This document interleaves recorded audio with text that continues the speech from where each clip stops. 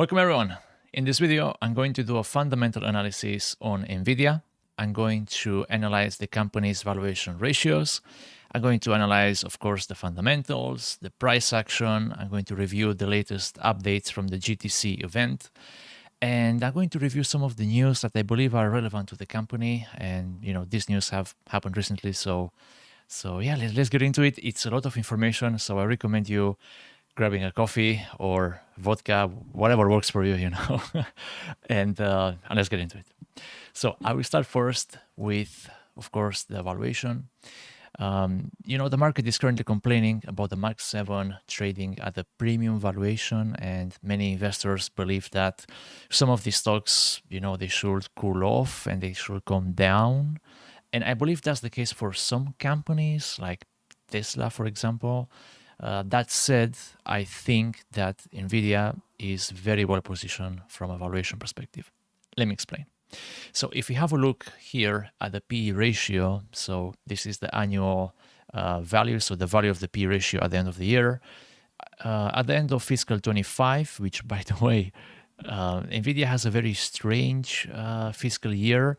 They are 1 year ahead. So if you hear me during this video saying Q1 26, is going to be Q1 25. Yeah, so if you see here, fiscal 25 is actually fiscal 24. So it's 1 year behind. That said, P ratios have been cooling off significantly over the past years. And right now, the current ratio is at 37, let's say 38.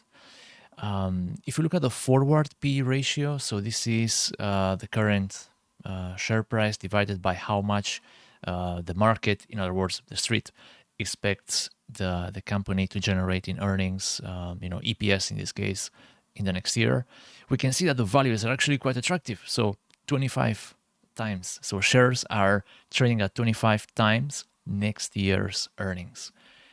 That's cheap. And how do I know this is cheap? What can I use to compare? Well, let's compare one of the competitors, AMD. So AMD, if you look at the charts, AMD since March 24, it has decreased by 50%. So it's a significant sell-off.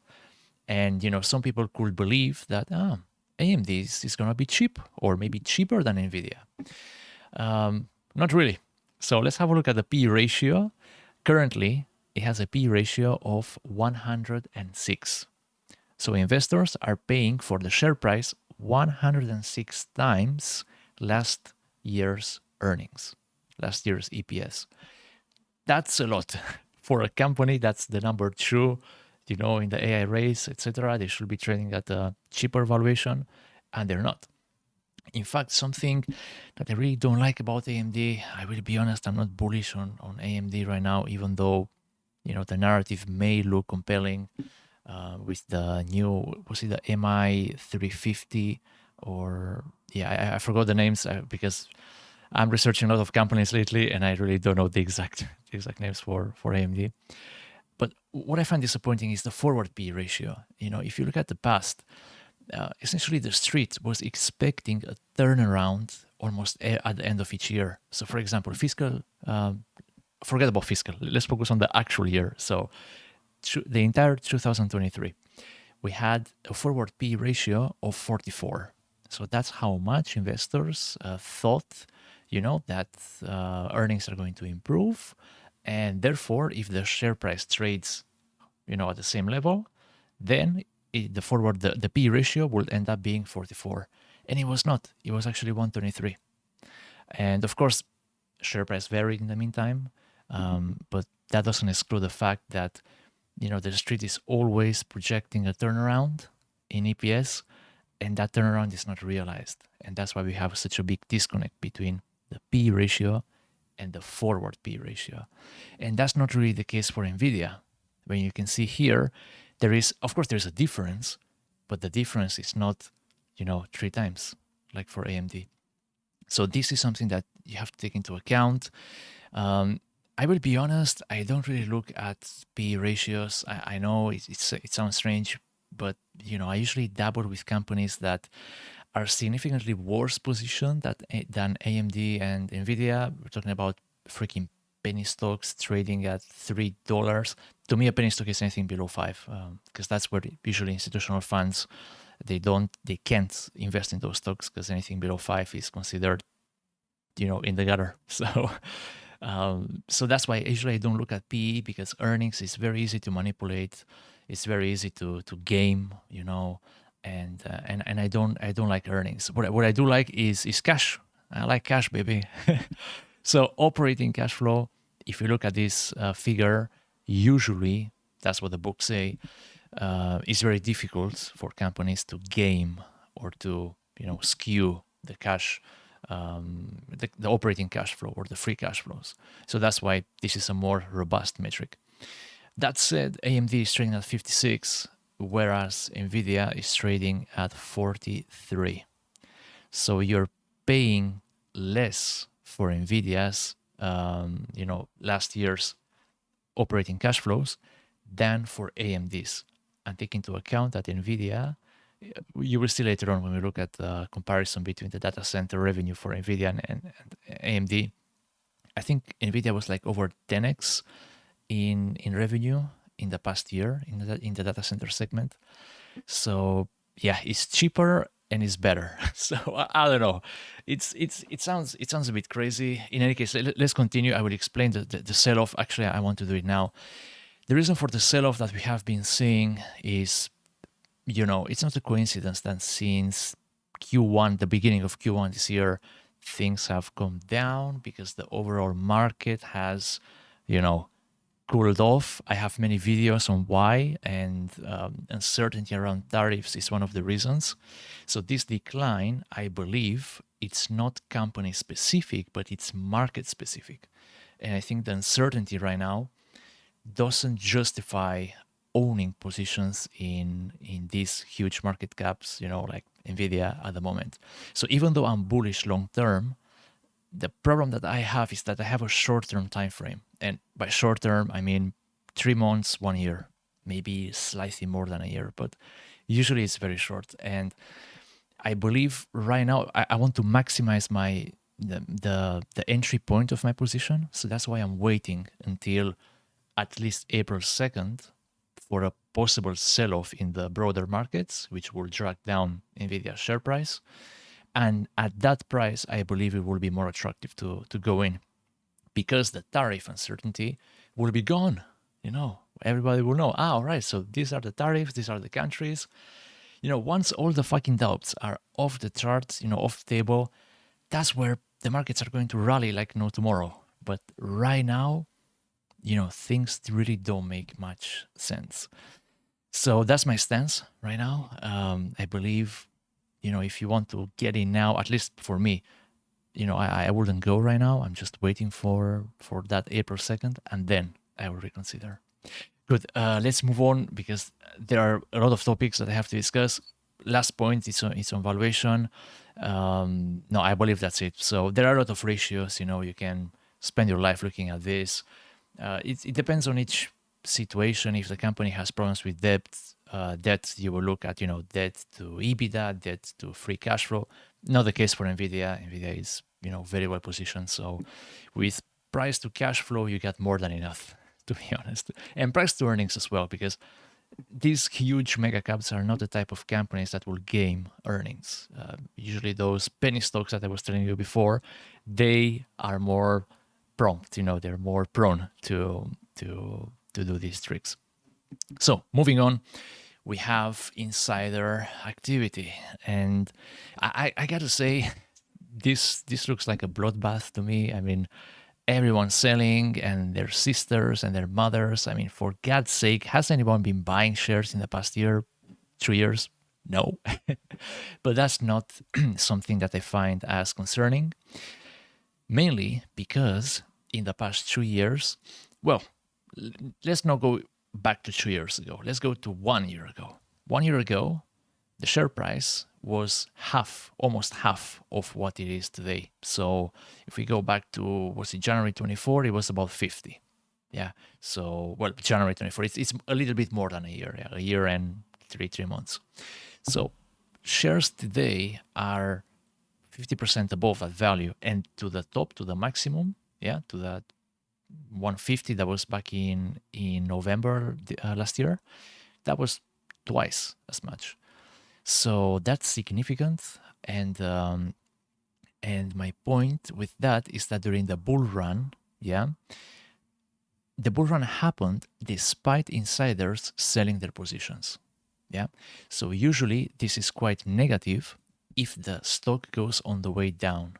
So if I see the share price going down, like the contrary of what has been going on in the past 2 years, then I will be extremely skeptical on a turnaround, because that's when I see selling as something concerning. But if I see selling on the way up, I'm not going to pop a bottle of champagne, let's be honest, but that is highly positive, or at least to me. Not highly positive, but it's not as concerning, sorry, as, selling on the way down, because people are just taking profits. That's how things work. Would you sell on the way up or not? I would. So you can't really judge these guys for rewarding themselves.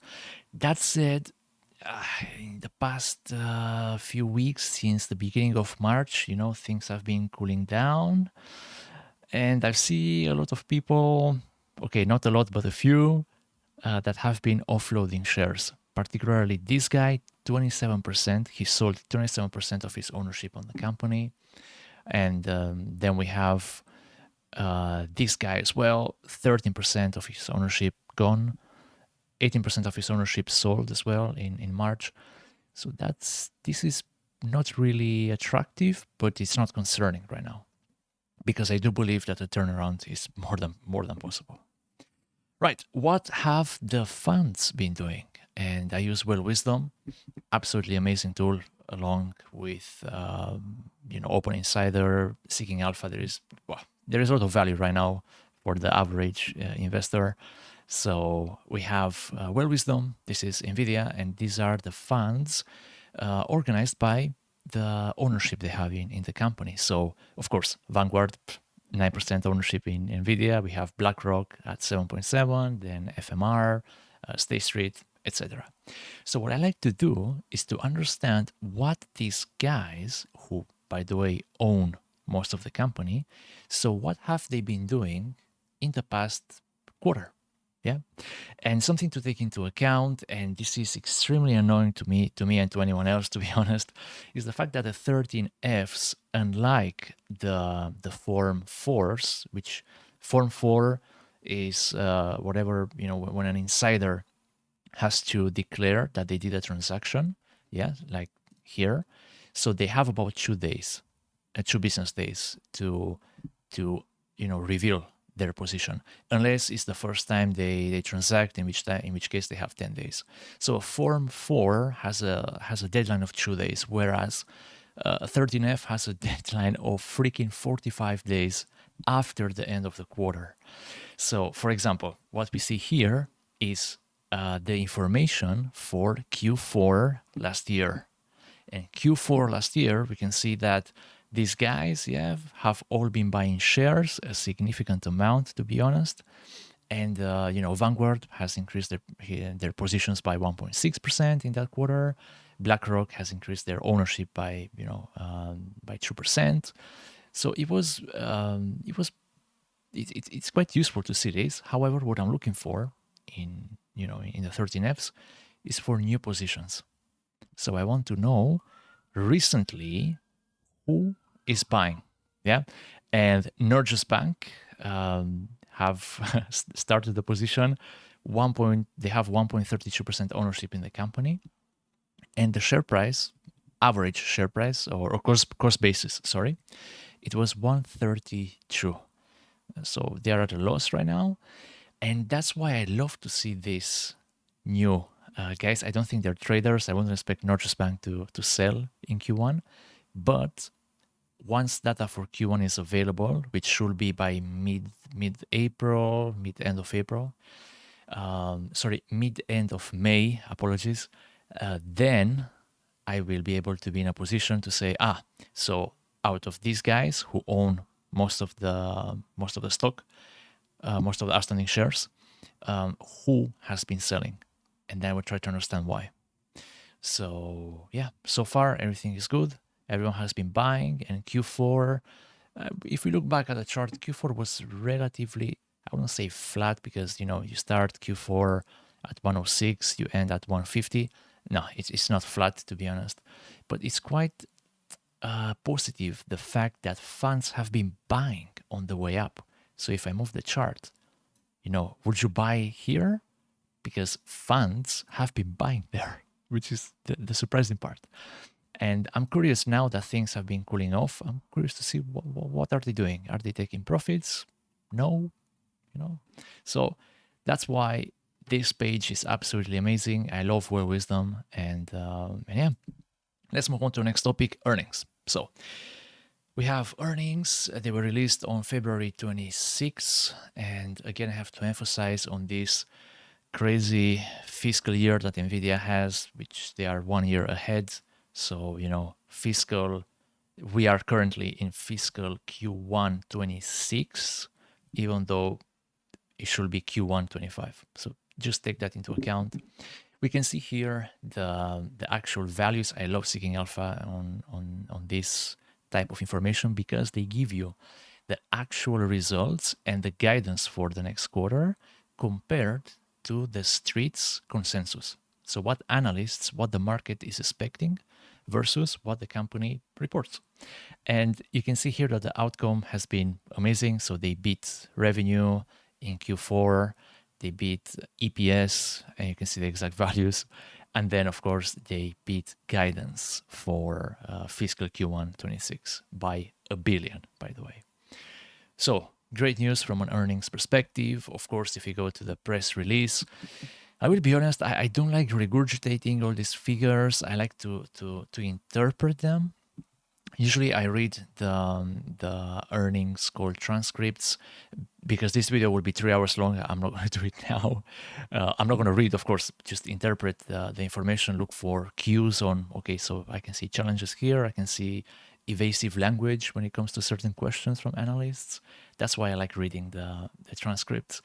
And here in the press release, what I wanted to show you is one thing that the market is looking at right now is margins. Yeah, so they care about margins. And it was one of the topics during the Q&A, whether the company was able to go back to the mid-70s in terms of gross margin. So Q4 last year, we had gross margin coming up at 73. Now, if we compare that to the previous quarter, so Q3 last year, that was 74.6. So we can see already a sequential decline in this margin, and we can see as well a decline year over year. That's bad. So that's bad. Why is it bad? Because it's the only metric that is coming down. I mean, just look at the chart. Everything else is positive. So I don't know. Is it really bad? Maybe not. The company is scaling up, of course, with the Blackwell production. So it makes sense that during a ramp up, gross margins are pressured, because, you have to optimize your processes. There are many things involved. So usually during ramp ups, gross margins go down, and that is expected, And I'm surprised that margins didn't go down by significantly, in Q4. That said, and that's what I wanted to conclude with this press release, is on the outlook, because the outlook, I like the fact that management provides quite a comprehensive breakdown of what they expect for the next quarter. And things are a bit scary when it comes to gross margins. So again, let's review. 1.6 percentage points decline sequentially and 3 year over year. So for next quarter, the company expects a gross margin of 70%. So that's 3 percentage points down sequentially. Whereas if we look at the value here, the 73%, it's 3 percentage down in 1 year. So you can see the speed of, the deceleration or it's not the deceleration, I would say the decrease in gross margins. So that's not particularly attractive. And for some reasons, call me crazy, but the market is expecting 75% gross margins. Why? Because if you look at the entire year, so fiscal 2025, that gross margin was 75%. And for some stupid reasons, the market wants only the best, and if your best is 75, you're expected to perform at this margin, at this 75. So I think management did mention that they're planning to go back to this 75. I won't commit on a timeline because I really don't remember that part from the earnings call. I think in another video I will dive deep into the earnings call, because if I was to go into this, can I open it? Maybe yes, but it will take me way too much time. That's going to be for another video. But I think the company did commit to go back to the 75% gross margin, although I'm not sure if it's by the year end or by next year. So I'm going to have to check that after the video. And another thing that you have to take into account are operating expenses. So the guidance for next quarter is for, it's approximately 5.2 billion in operating expenses. Whereas in the last quarter, we had 4.7. Yes, so we have about, is it half a billion, approximately half a billion in expenses, operating expenses that go up. And again, usually people or the market, they don't like this, because if I go back to the metrics and I go back to the income statement, which I think, did I review this? Probably not. But if I go back to the operating margins, this is the annual value. Yeah, so for the entire 25, which again is actually 24, the operating margin was 62%. However, if we go into the quarterly data, the trend is not as attractive. So you see the trend, it's already like stagnating around 60s, perfect. Don't get me wrong, 60% operating margin on how many? 111 or 130 billion a year? That's an amazing margin, don't get me wrong. But the market always wants more, and if you don't deliver that, there is a risk of a sell-off. And that's the main, concern that I have is, what happens if operating margins are coming down, gross margins coming down? The market is going to become a bit skeptical on NVIDIA. And the main reason I say that is because, as I said before in the valuation part, NVIDIA is very good at generating earnings. Yeah, so if we look at, let me go back again. If I go back to the ratios, yeah. So if you look at the PE ratio, we can see that it's quite attractive when compared to AMD. That said, when we look at gross sales, yeah, so price to sales, it should be, sorry, I can see it right now. Price to sales, it's been a long day for me. I'm really sorry for wasting your time. Let's use EV to sales in this case. There it is. I'm really sorry. So price to sales is 21. In other words, if we compare that to AMD, yeah, so let's see that it's only 6. So AMD is very good at generating sales. So if we compare its share price to the actual sales that the company is making, the company is generating, then things are attractive. But if we compare the share price to the actual earnings, to the profitability, that's where things are not really attractive for AMD. So going back at NVIDIA, it's the other way around. Whereas we can see the earnings are very attractive at 37, but the PS ratio, not as attractive. So compared to AMD in this case, compared to the competitor. So I think it's very important. My point with this is that it's very important for NVIDIA to keep that profitability, because if they don't, that's where things turn south. And you see PE ratios coming back again to levels where 2023, where it was, I believe over 100. Was it over 100? I think it was never over 100. Forward, sorry. The PE ratio was over 100, because I do remember that, yeah, in Q3 24. Great, let's move on, because there is a ton of information that I have to share, and not too much time. So gross margins, I already discussed the topic. That's one of the things I will keep a very close eye in the next earnings. And when it comes to the summary of the different segments, I will be honest, I really don't look at all the segments. I know I should, but I'm very pragmatic, and I'm quite lazy, and I usually don't look at stuff that really doesn't matter. So if I have a quick look, this is from the GTC event, I believe. No, it's actually from the earnings, sorry. So what we see here are the four segments that the company has. And you can see that the data center segment generates 88% of the revenue, whereas gaming generated only 9% of the revenue in the entire last year. And of course, then you have professional visualization, 1%, and automotive, 1%.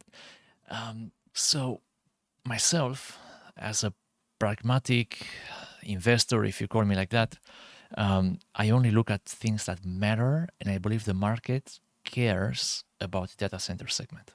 I believe the gaming segment is overlooked. I don't think people pay attention to that, and there are many cues that make me believe so. So in the earnings, if we look at gaming, I will go back to data center in a second. If we look at gaming, well, we have one of the launches. It was the RTX 5090. Yeah.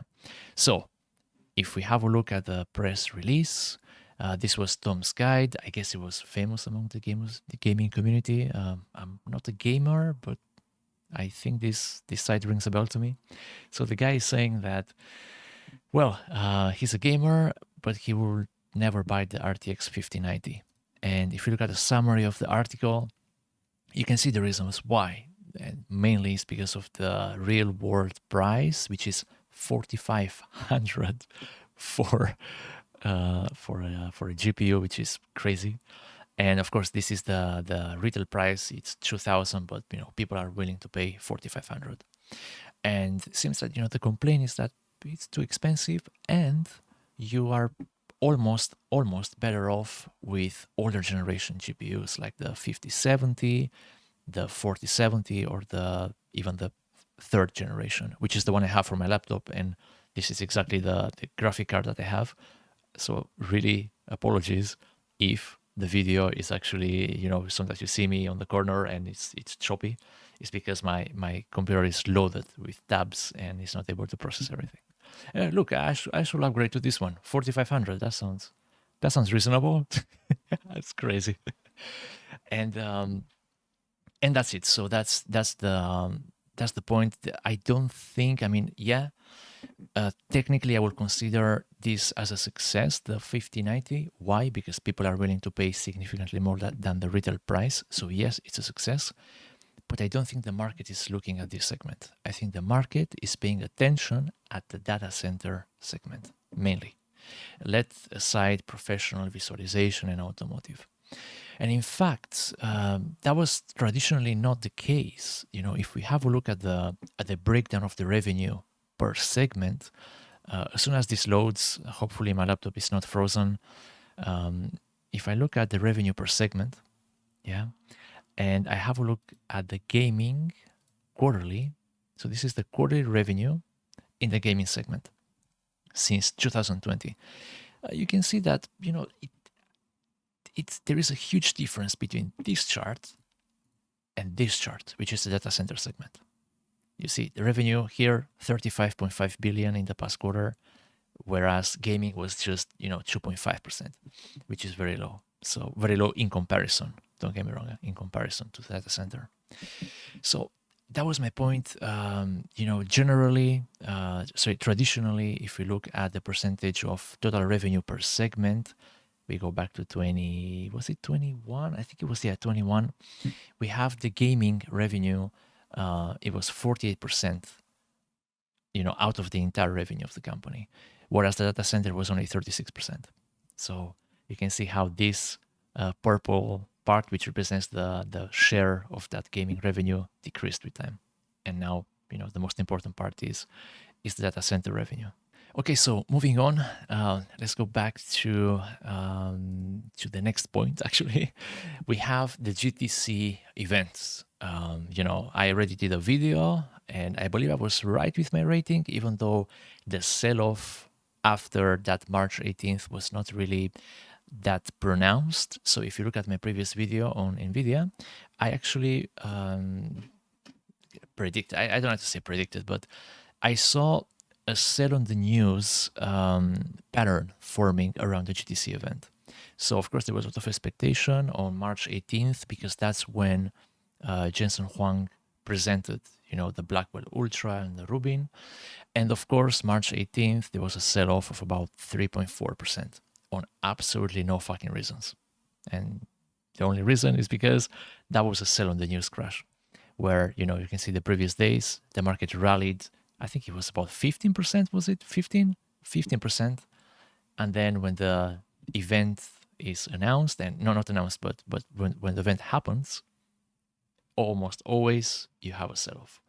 So that's what I saw back then.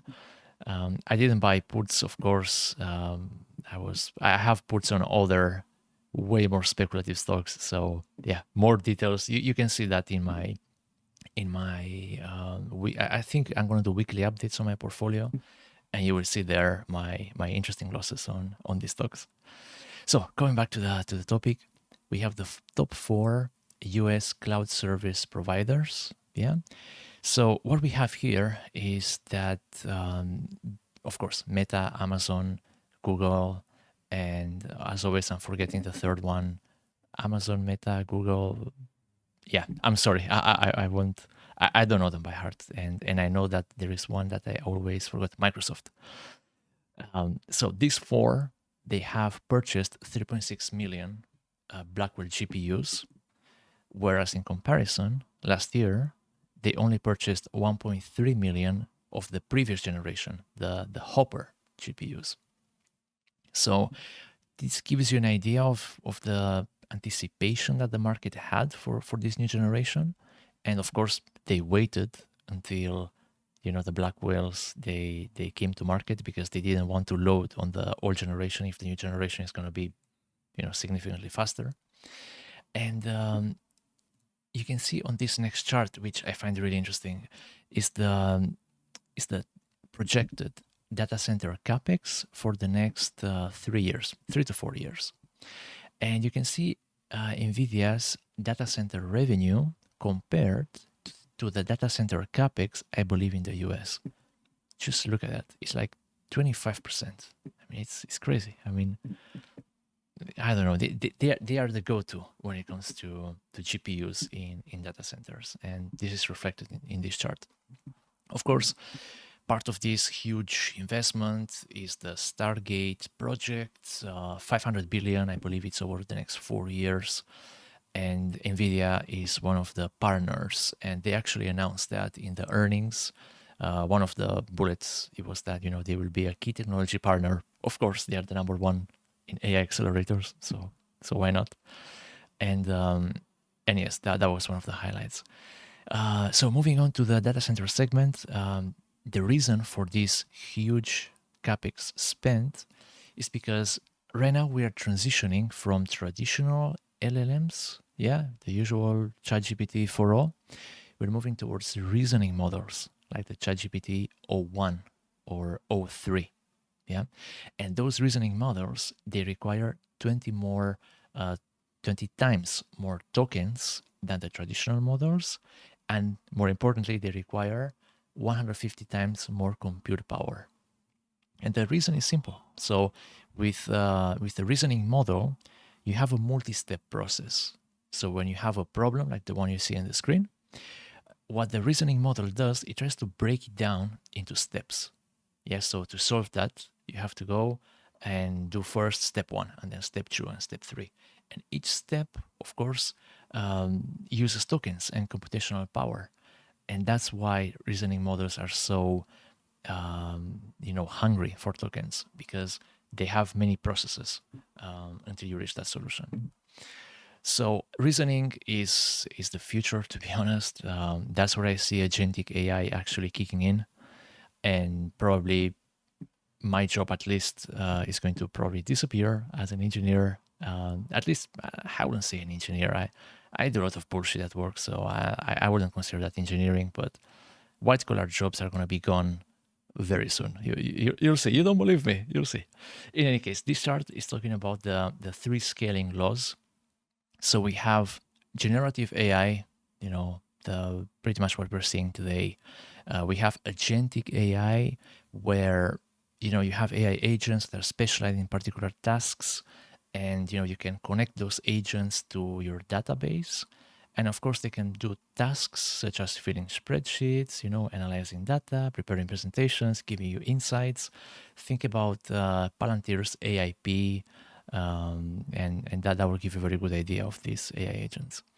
And then, of course, we have physical AI, which are the humanoids. And I was very bullish on humanoids in Q4 last year with Tesla.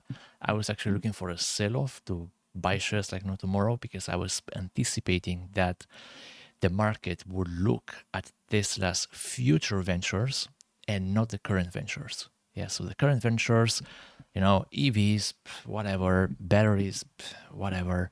I was anticipating that the market would look at humanoids, at robotaxis, and things like that. And it was not the case. So that's why I leave my speculative bet on Tesla for later on. Maybe shares are going to continue to sell off in this year. And at the more attractive point, I will get in. But right now, the headwinds are way too strong. I did a video on Tesla. Feel free to have a look at it, by the way. So let's move on. This is I would say the technology roadmap. So these are the key products that the market is looking at when it comes to the data center segment. So you already know that we have the GB200s, the Blackwell GB200s. That's the current generation. So for the second half of 2025, we will have the Blackwell Ultra. So if we use the NVL72 configuration, this is NVIDIA Link 72, which means you got 72 GPUs and you interconnect them in a rack. Yeah.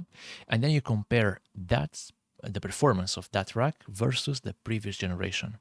So if you compare that, the GB300 versus the GB200, the performance is about 1.5 times better. So not bad, not bad. But what is more interesting is what happens next year. Sorry, I will go to this slide.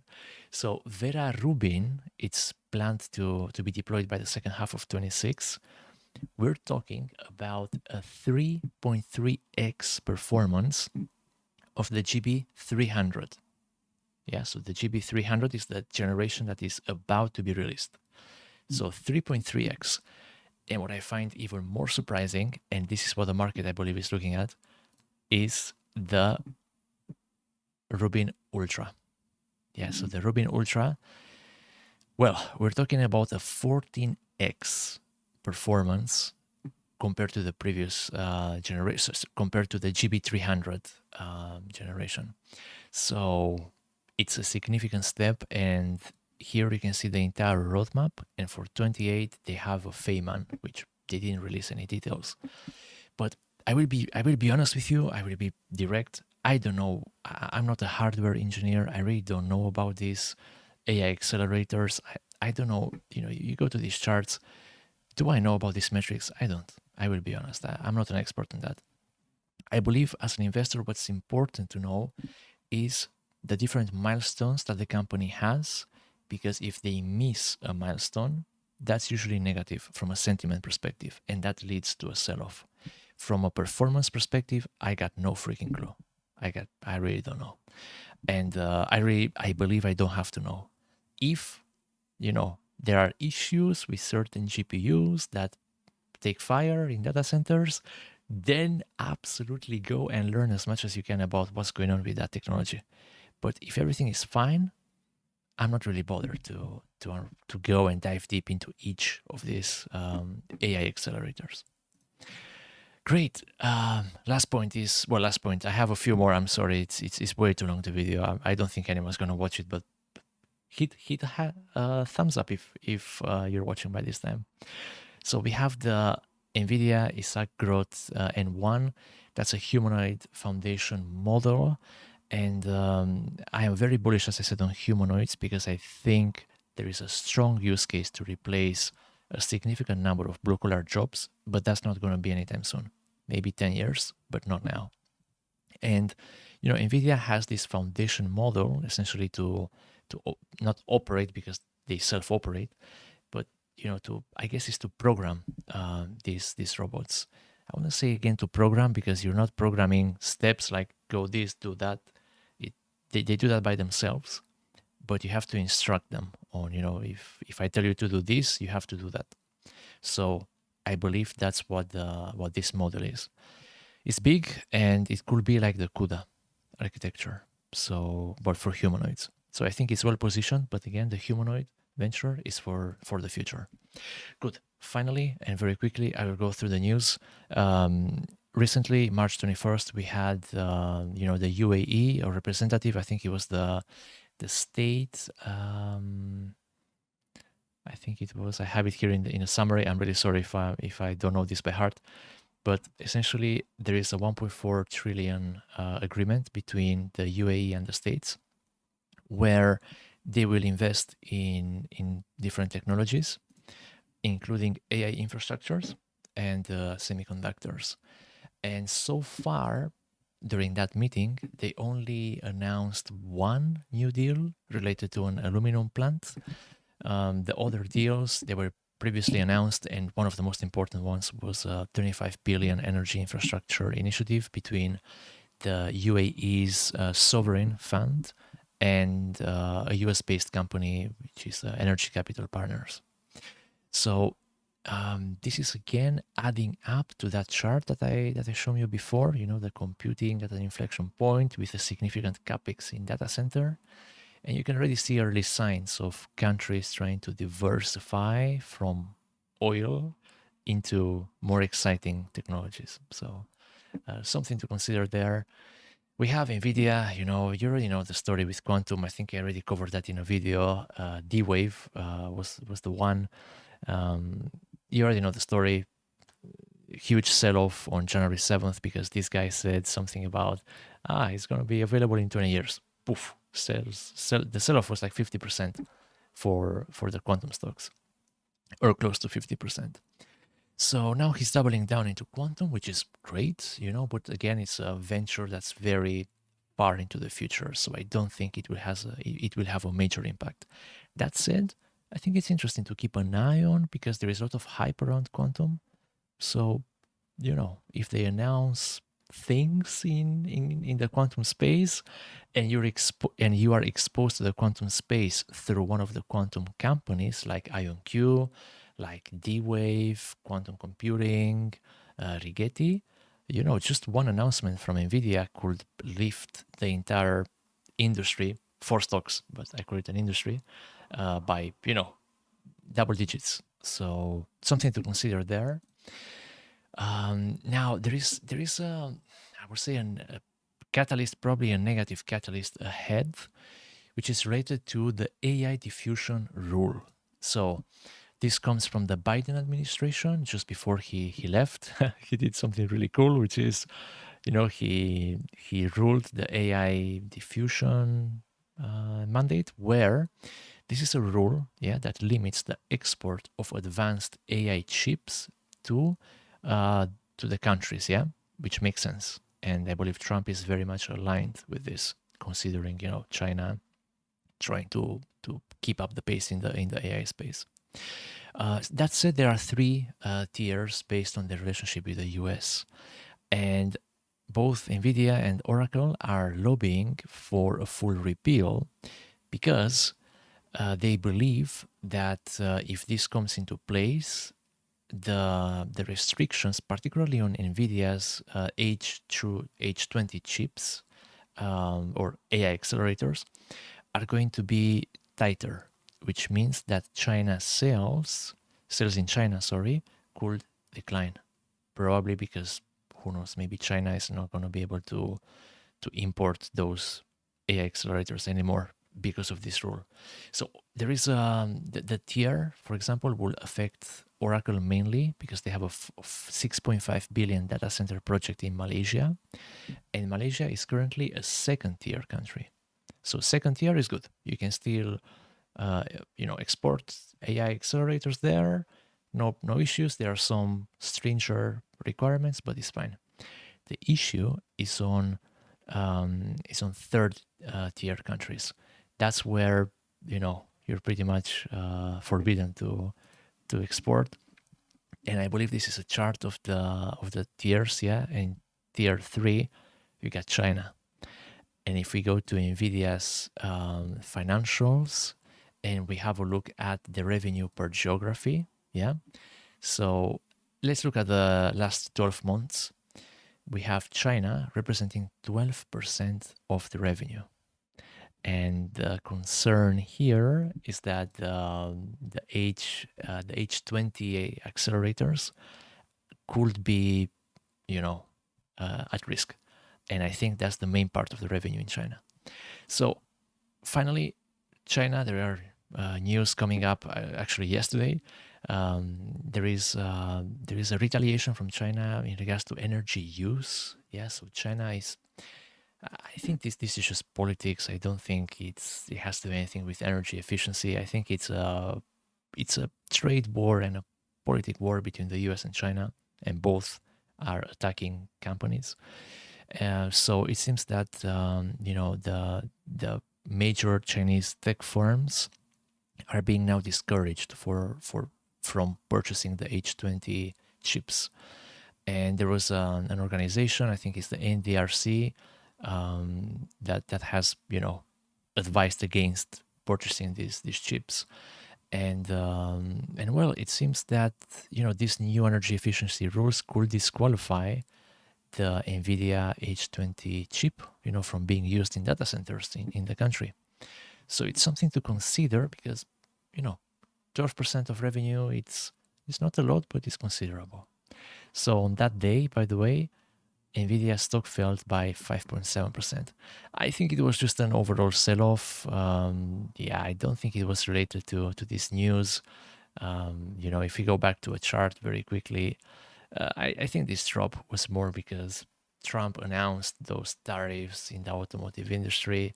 The entire S&P went down, dragging NVIDIA. And the last point, I'm sorry if this is way too long. The last point is on the beta of the stock. So it's about 76% more volatile than the broader market. So, if the S&P sells off by 10%, NVIDIA, in theory, should go down by 17%. That's what the beta says. So that's why we're seeing that. I don't think it's related to those news. In any case, that concludes my analysis. It's a long analysis, I know that, but I don't think you can do analysis on NVIDIA in 10 minutes. Watch me do that for views in a few days. Oh yeah, watch me do that because it's going to be easier. But I like to keep things a bit more formal, and that's why I wanted to cover a broad range of topics. There are more things to look at. As I said, I don't look at gaming. I don't look at the visualization segment or automotive or robotics. Those are speculative ventures. Not all of them, but some of them. And those ventures, some of them, they're not interesting for investors. Overall, I believe NVIDIA is a buy if you have a long-term time frame. This is not a recommendation, by the way. This is just my thoughts. So if I had a long-term time frame, I would think it's a buy. But I don't have a long-term time frame. My time frame is usually a year. So a year from now, you have risks of the tariffs. Maybe you have new tariffs. God knows what's going to happen on April 2nd. And I think the risk is way too high to justify opening a position right now on the company. Maybe in a few weeks, we'll see, but not now. In any case, one more time, thank you for watching the video, and I really hope to see you in the next one. Thank you.